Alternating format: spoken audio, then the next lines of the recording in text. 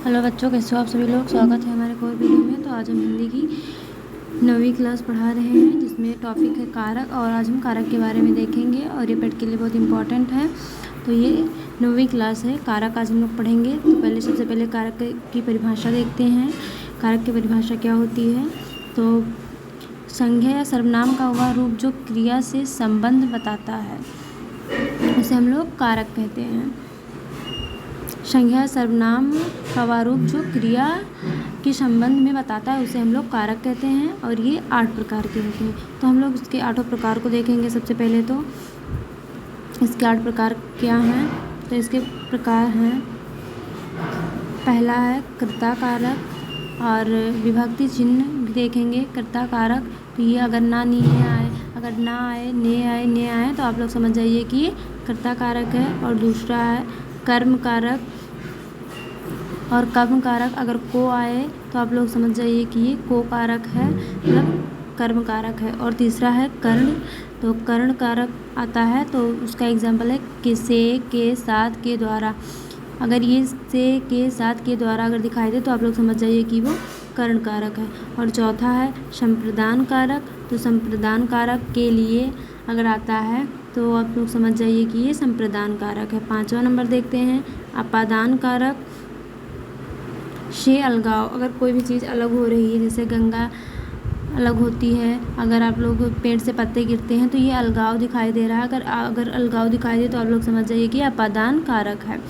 अगर संबंध कारक है तो आप लोग समझ जाइए कि का, की, के या रा, री, रे अगर आए सेंटेंस में तो आप लोग समझ जाइए कि वो संबंध कारक है। और 7वां नंबर है अधिकरण कारक।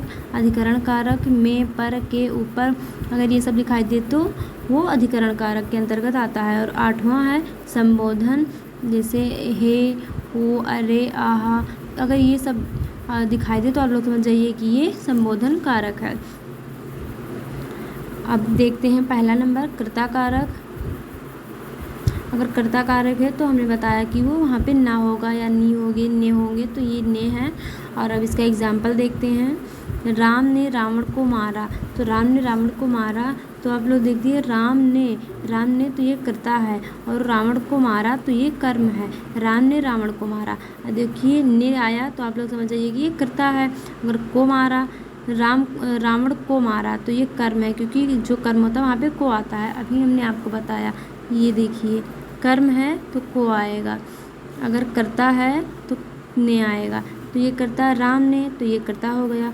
रावण को मारा तो ये कर्म हो गया।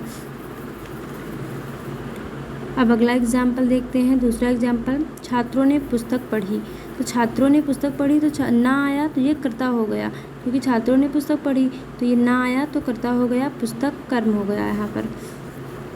तीसरा एग्जाम्पल देखते हैं अब, मुझसे या काम कराओ। मुझसे या काम करवाओ तो ये कर्ता हो गया, मुझसे जो आया ये कर्ता हो गया। चौथा एग्जाम्पल देखते हैं, माता ने, यहाँ पर भी नहीं आया तो आप लोग समझ ही गए होंगे कि यहाँ पर भी कर्ता है। माता ने बेटे को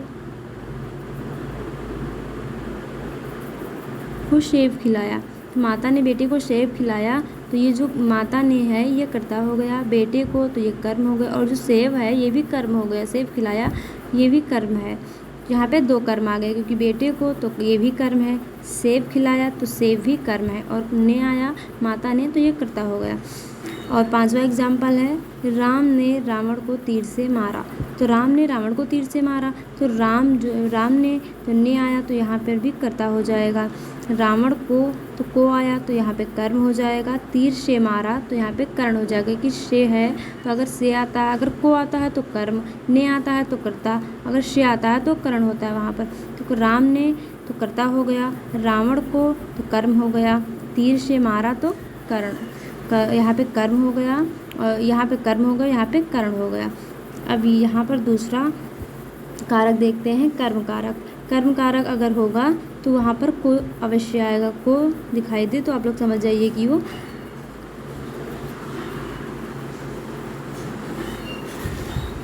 अगर को दिखाई दे तो आप लोग समझ जाइए कि कर्म कारक है। जैसे अब इसका एग्जाम्पल देखते हैं, राम ने श्याम को पीटा। तो राम ने श्याम को पीटा तो को पीटा, को है तो यहाँ पे कर्म कारक होगा, और मैंने पहले ही बताया है कि कर्म कारक को ज़रूर आएगा। अगर को दिखा दे तो आप लोग समझिए कि ये कर्म कारक है। तो तुमने धोबी को कपड़े दिए, धोबी को, ये भी कर्म कारक है। और तीसरा एग्जाम्पल है, श्याम को मैंने रुपए दिए, 50,000 रुपये दिए श्याम को, मैंने श्याम को 50,000 रुपये दिए। तो किसको दिए? श्याम को दिए। तो यहाँ पर भी को है, तो आप लोग समझ जाइए कि ये कर्म कारक है। अब इसके कुछ अपवाद हैं। पहला है की ओर, तीन ओर, चार ओर, चारों तरफ, चारों तरफ, ये है। और दूसरा देखते हैं, वार, तिथि बताने के संबंध में। अगर ये सब आया तो ये सब अपवाद है, ये भी कर्म का, ये संबंध कारक होते हैं। अब इसका एग्जाम्पल देखते हैं, तुम्हारे घर के चारों ओर पानी भरा है। तो तुम्हारे, तो ये घर के चारों ओर पानी भरते संबंध बता रहा है और कर्म कारक है। मैंने अमावस्या को व्रत रखता हूँ, अगर तिथि बताए तो ये भी कर्म कारक है। तो मैं अमावस्या को व्रत रखता हूँ, तो ये भी कर्म कारक है। तो इसके कुछ अपवाद हैं, वो भी मैंने आपको बता दिया है। अब इसका अगला तीसरा कारक देखते हैं, कर्ण कारक। कर्ण कारक से, के द्वारा, के साथ, ये सब आया तो आप लोग समझिए कि ये कर्ण कारक है। अब इसका एग्जाम्पल देखते हैं। पहला एग्जाम्पल है, तुम बस से स्कूल जाते हो। तो यहाँ पर से आया, ये यहाँ पर से आया, तो आप लोग समझिए कि ये कर्ण कारक है, क्योंकि मैंने पहले ही बताया कि से, के द्वारा, के साथ।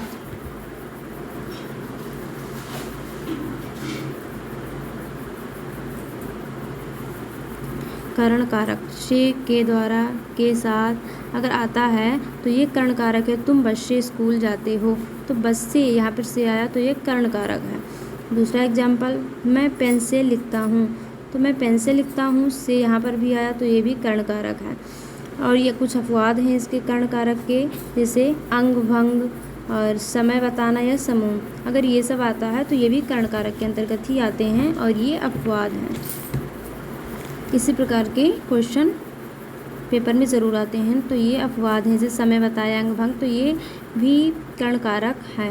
और चौथा देखते हैं, संप्रदान कारक। तो संप्रदान कारक के लिए या को, के लिए अर्थ में आता है, तो ये संप्रदान कारक होता है। जैसे इसका एग्जाम्पल देखते हैं, सीता पढ़ने के लिए स्कूल गई।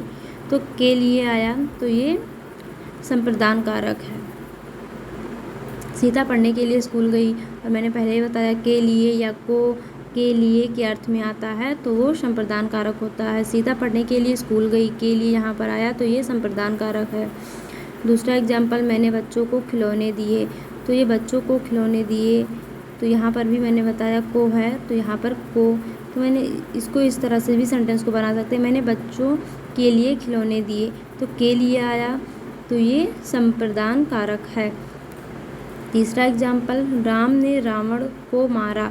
तो ये को यहाँ पर भी आया, लेकिन ये अपवाद है, या ये कर्म कारक है, क्योंकि राम ने रावण को मारा अगले उसमें मैंने बताया है टॉपिक पे कि राम ने रावण को मारा। अगर को है तो ये कर्म कारक है, लेकिन ये अपवाद है। को आया तो यहाँ पे के लिए नहीं बन सकता कि राम ने रावण के लिए मारा, तो ऐसा नहीं है, तो इसलिए ये कर्म कारक है। अगर कोई वस्तु सदा के लिए दान दी जाए तो वो भी संप्रदान कारक है। जैसे संप्रदान कारक में, रमेश ने भिखारी को कंबल दिए। तो ये सदा के लिए ही तो कंबल को दिया, तो ये संप्रदान कारक है। और कर्म जो होता है उसमें, रमेश ने धोबी को कपड़े दिए। तो जो धोबी को कपड़े दिए तो वो वापस तो लाएंगे, तो इसलिए कर्म कारक है। और भाई भिखारी को घर से भगा दो। तो ये जो भाई वो कर्ता हो गया, भिखारी को, तो ये कर्म हो गया क्योंकि यहाँ पे को आया। घर से तो यह अपादान हो गया क्योंकि यहाँ पर से आया, तो यह अपादान हो गया। अब इसका पांचवा पार्ट देखते हैं, अपादान कारक। अगर अपादान कारक है तो वहाँ पे से या अलगाव दिखाई देगा। जैसे पेड़ से, एग्जाम्पल देखते हैं, पेड़ से पत्ते गिरते हैं। तो पत्ते गिरते हैं, बहुत ज़्यादा ही अलगाव, मतलब अलगाव होता है, तो ये अपादान कारक हो गया। हिमालय से गंगा निकलती है। तो हिमालय से गंगा निकलती है तो ये भी अलगाव हो रहा है। तो इस प्रकार इसके एग्जाम्पल हैं। अगर कहीं भी अलगाव दिखाई देता है तो वो अपादान कारक होता है। जैसे सीखने के संबंध हो, संबंध में भी अपादान कारक ही होते हैं। जैसे सीता गुरु से डांस सीख रही है, तो जी से सीख रही है, गुरु जी से डांस सीख रही है, तो ये अपादान कारक है। दो चीज़ों की तुलना हो वहाँ पर भी अपादान कारक होता है। जैसे ये दिल्ली की जलवायु कानपुर की जलवायु से अच्छी है, तो ये भी अपादान कारक है। अगर दो चीज़ों की तुलना हो या किसी से अलगाव, तो वो अपादान कारक होता है। जैसे अगर किसी की तुलना की जाए तो वो अपादान कारक होता है। अब अगला देखते हैं, 6वां नंबर संबंध कारक। का, की, रा, री, रे अगर आता है तो वो संबंध कारक होता है। इसका एग्जाम्पल देखते हैं, राम का बेटा पढ़ने में अच्छा है, तो ये संबंध कारक है, क्योंकि का, की, के अगर आता है तो वो संबंध कारक होता है। तो राम का बेटा पढ़ने में अच्छा है, तो का बेटा अच्छा है, तो ये संबंध कारक होगा। और अगला है अधिकरण कारक। अधिकरण कारक में पर, ऊपर यही सब आता है सेंटेंस में, तो आप लोग समझ जाइए। अगर में, पर, ऊपर आया तो ये अधिकरण कारक होता है। इसका एग्जाम्पल देखते हैं हम लोग, किताब मेज़ पर रखी है, तो किताब मेज़ पर रखी है, तो ये पर आया ना, तो ये मेज़ पर रखी है, तो ये अधिकरण कारक हो गया। अगर कहीं भी पर, में, ऊपर, छत के ऊपर, पेन के ऊपर, अगर ये सब सेंटेंस में आता है तो आप लोग समझ जाइए कि ये अधिकरण कारक ही है। और दूसरा एग्जाम्पल देखते हैं, तुम्हारे वस्त्र अलमारी में रखे हैं, तो तुम्हारे वस्त्र अलमारी में रखे हैं, तो यहाँ पर मैं आया, यहाँ पर भी मैं है और यहाँ पर भी मैं आया, तो ये भी अधिकरण कारक है। तुम्हारे वस्त्र अलमारी में रखे हैं, मैं आया, तो अधिकरण कारक है। अब इसके बाद देखते हैं समय अवधि। समय अवधि अगर आता है, जैसे राम पिछले 5 वर्षों से दिल्ली में रह रहा है, तो ये संबंधवाचक है, ये भी संबंध वाचक है। और अब देखते हैं, जैसे 5 वर्ष से रहा है, राम पिछले 5 वर्षों से रहे, तो ये संबंध वाचक है। और अगला देखते हैं 8वां नंबर संबोधन।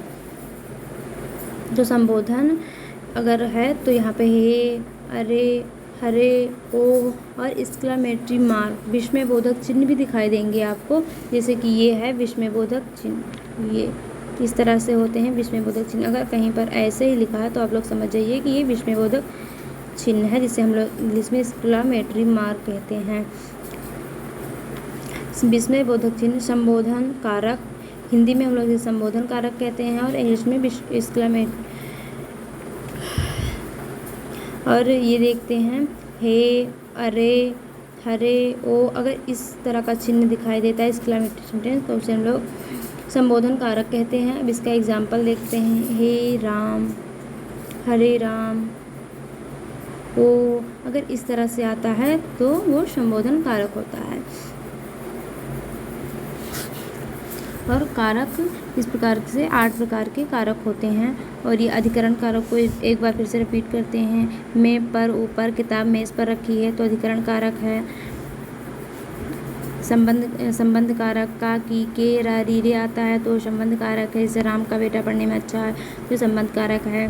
और अगर ये सब दिखाई देता है तो ये संबंध कारक होता है, का, की, के। तो आप लोग इसको, ये 8 प्रकार के होते हैं कारक, इसे आप लोग ज़रूर याद करें। कर्ता ने कर्म को